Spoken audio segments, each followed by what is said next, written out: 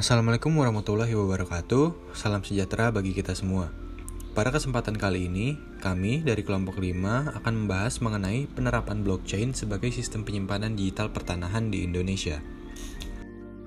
Kelompok 5 sendiri terdiri dari Arvinel Hamada, Adis Iqbal Ramadan, Anissa Dwita, Faisal Khairi, Fadila Cesiana, dan juga Laura Sisilia.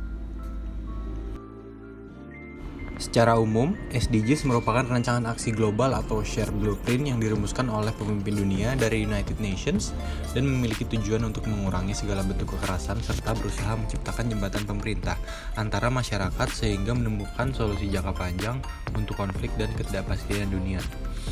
Pada poin 16 SDGs, tujuan yang berusaha digaungkan adalah menciptakan masyarakat yang damai dan inklusif untuk pembangunan berkelanjutan, menyediakan akses keadilan bagi semua, dan membangun institusi yang efektif, akuntabel, dan inklusif di seluruh lapisan masyarakat. Pada kesempatan kali ini, kelompok kami mengambil bentuk pemanfaatan teknologi, yaitu blockchain, sebagai empowerment terhadap penguatan institusi berupa penyimpanan data-data digital. Salah satu negara yang memanfaatkan teknologi tersebut adalah Georgia, khusus pada data kepemilikan properti.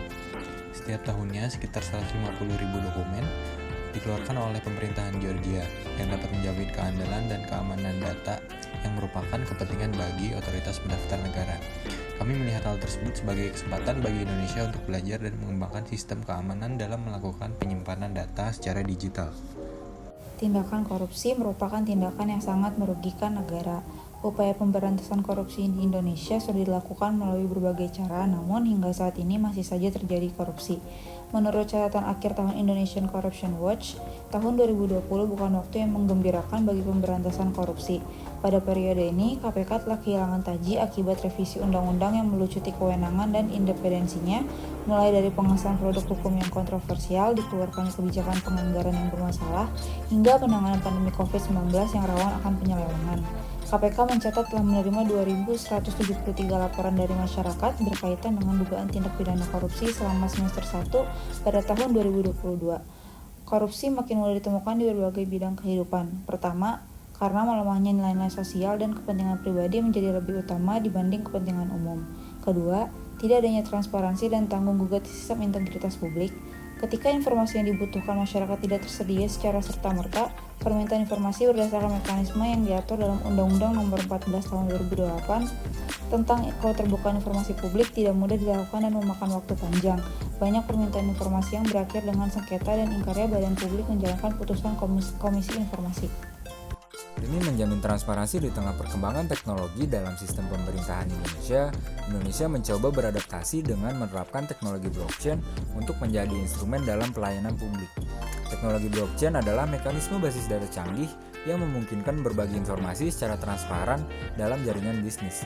Dalam penerapannya, blockchain bisa digunakan untuk proyek di industri telekomunikasi, pengawasan lingkungan, transportasi, perbankan, exchange, agrikultur, bahkan pemerintahan. Teknologi blockchain secara tidak langsung dapat memudahkan seluruh proses transaksi digital dengan berbagai keunggulannya seperti masalah keamanan data dan transparansi di Indonesia. Di Indonesia, teknologi blockchain sebenarnya sudah diaplikasikan namun baru ke beberapa sektor saja. Dalam dunia perbankan, misalnya ada PT Bank Sentral Asia telah menerapkan blockchain secara internal untuk mempercepat transaksi pembayaran dan mengurangi kompleksnya transaksi pada back office. BUMN juga mencoba untuk beradaptasi terhadap blockchain, yakni melalui PT Pos Indonesia yang bergerak di bidang logistik.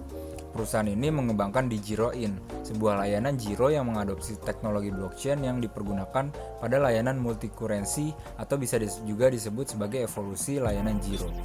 Selain itu, blockchain telah diaplikasikan oleh penyedia jasa aplikasi perpajakan bernama Online Pajak. Online Pajak menggunakan teknologi blockchain untuk semakin memudahkan wajib pajak, membayar pajak, serta mendukung transparansi transaksi pajak. Tak hanya itu, data wajib pajak pun semakin dijamin keamanannya. Dalam menerapkan sistem blockchain sebagai upaya perwujudan SDGs ke-16 di Indonesia, Georgia menjadi negara benchmark yang akan kami gunakan. Salah satu indikator yang termuat dalam poin SDGs ke-16 adalah mengenai property rights atau hak kepemilikan. Negara Georgia sendiri termasuk ke dalam kategori kelompok on track or maintaining SDG achievement mengenai indikator property rights. Selain itu, Georgia juga mendapatkan nilai sebesar 5,3 dari skala 1 sampai 7 terkait kepastian hak kepemilikan. Hal ini didukung oleh penerapan sistem blockchain dalam pendaftaran kepemilikan tanah di Georgia. Bahkan, Georgia merupakan negara pertama di dunia yang mengadopsi teknologi blockchain sebagai mekanisme pendaftaran kepemilikan tanah dengan tujuan untuk melindungi serta mengautentikasi operasi negara. Melalui teknologi blockchain, proses tata kelola kepemilikan tanah menjadi lebih efisien dari segi biaya maupun waktu. Pemerintah Georgia sendiri meyakini bahwa melalui sistem blockchain, cita-cita transparansi, peningkatan sistem pengawasan, pemberantasan tindak pidana korupsi, serta upaya pemutusan mata rantai mafia tanah di Georgia dapat terwujud. Sejak berlakunya sistem blockchain di Georgia pada 3 Desember 2017, terdapat berbagai perubahan yang terjadi. Sebelumnya, proses pendaftaran kepemilikan tanah melalui sistem lama membutuhkan waktu sekitar 3 hari dengan datang ke kantor urusan tanah. Namun, dengan sistem blockchain, proses tersebut hanya membutuhkan waktu 10 menit melalui mobile technology. Tidak hanya itu, teknologi ini juga diklaim dapat mereduksi biaya produksi hingga sebesar 90%. Nah, berikut adalah ilustrasi perbandingan antara sistem pendaftaran kepemilikan tanah yang lama dengan sistem baru menggunakan teknologi blockchain di Georgia. Adanya kesamaan kondisi permasalahan antara negara Georgia dan Indonesia terkait pertanahan, yaitu cacat administrasi, khususnya dalam penertiban sertifikat tanah yang kini semakin meningkat. Maka dari itu, suatu sertifikat dapat dikatakan sebagai pembuktian yang kuat atas kepemilikan tanah. Namun adanya kesalahan dalam data yang diberikan oleh si pemohon. Hal ini menjadikan proses jual tanah terhambat. Hal ini diperburuk dengan ditemukannya sertifikat asli tapi palsu, sertifikat palsu, dan sertifikat ganda. Selanjutnya, munculnya oknum korup yang memanfaatkan celah atau situasi tersebut sebagai dalih untuk mempercepat pengesahan transaksi. Di Indonesia sendiri, oknum korup terkadang dikaitkan dengan mafia tanah.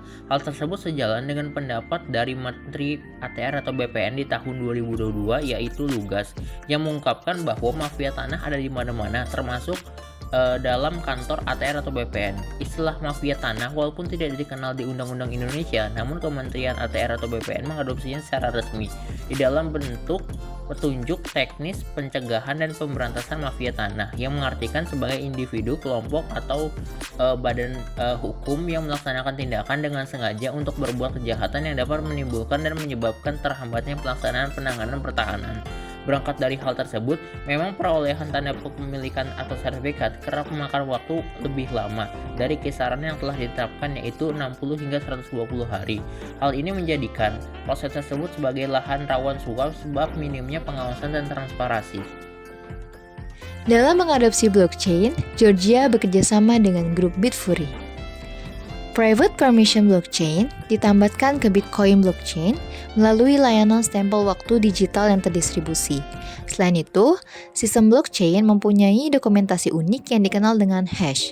Nantinya, hash code dipublikasikan ke Bitcoin Blockchain dan dapat diverifikasi setiap adanya permintaan.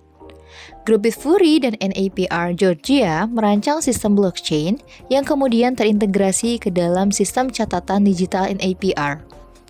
Belajar dari keberhasilan negara tersebut, maka bukan hal tidak mungkin bagi Indonesia untuk turut menerapkannya dalam proses registrasi pertanahan. Berikut merupakan ilustrasi tahapan blockchain yang ada bila diterapkan di Indonesia. Kemudian, berikut merupakan poin SWOT dalam pengadopsian sistem blockchain di Indonesia. Perlu digarisbawahi bersama, sebelum blockchain benar-benar diadopsi untuk mengurus registrasi pertanahan guna memastikan hak kepemilikan, maka disusun alur penetapan agenda untuk meninjau sejauh mana kesiapan pemerintah. Saat ini, pengurusan manual dengan cara mendatangi kantor BPN terdekat lalu menjalani prosedur yang berlaku masih kerap dilakukan. Ternyata di sisi lain, pemerintah juga telah menawarkan proses pengurusan secara elektronik melalui aplikasi Sentuh Tanahku. Namun, aplikasi ini dinilai masih perlu pengembangan, di antaranya perancangan mekanisme pembayaran melalui e-billing atau electronic billing, serta peningkatan sistem scanning kode unik. Setelah adanya pembaharuan kualitas aplikasi tersebut, lantas agenda ke depan adalah melakukan proses analisis pengembangan sistem blockchain dalam aplikasi Sentuh Tanahku atau suatu website layanan yang kemudian menambahkan fitur pengajuan pemindah tanganan tanah atau proses jual beli. Suatu harapan bagi kita bila pemerintah berkomitmen untuk mampu melakukan pelebaran sayap dalam sistem e-government-nya melalui pengadopsian blockchain pada proses kepemilikan tanah ini agar dapat memenuhi capaian poin SDGs ke-16 yaitu kedamaian, keadilan, dan kelembagaan yang tangguh.